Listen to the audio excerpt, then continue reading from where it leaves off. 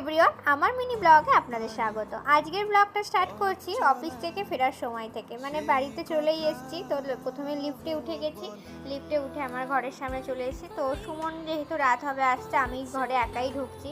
তো তালা খুলে আগে ঘরে ঢুকে ঘরের লাইটটা জ্বালিয়ে নিলাম। ঘরে ঢুকেই তাড়াতাড়ি আমি ফ্রেশ হয়ে নিয়েছি। তো রাতের ডিনারটাও বানাতে হবে। তো রাতের ডিনার বানানোর একটা প্রথম থেকেই টেনশন থাকে যে কী বানাবো। তো হঠাৎ করে একটু এগরোল খেতে ইচ্ছা করছিল। তো ময়দা দিয়ে বানাইনি, এটা নর্মালি আটা ময়দা মিশিয়ে আমি বানিয়েছিলাম। তো আর বাড়িতে একটু পেঁয়াজ আর ক্যাপসিকাম তো ছিলই, তো সেটাকে কেটে ছোটো ছোটো করে কুচি করে একটু ফ্রাই করে নিয়েছিলাম। বাইরের রেস্টুরেন্ট থেকে এখন রোল চাউমিন এগুলো খুব একটা খাওয়া হয় না, তাই হঠাৎ একটু ইচ্ছা হলো আর কি।